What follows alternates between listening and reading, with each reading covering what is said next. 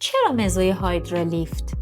ممکنه خیلی ها از من بپرسن شرکت‌های مختلف، برندهای مختلف و کوکتل‌های مختلفی دارن که حاوی هیالورونیک اسید، DMAE داره و هزار تا چیزای دیگه، فاکتور رشد داره، PDRN داره و همه اینها.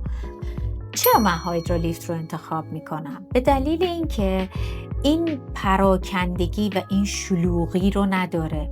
کلاً 2 محصول عمده‌ای که مد نظر من هست رو به من میده.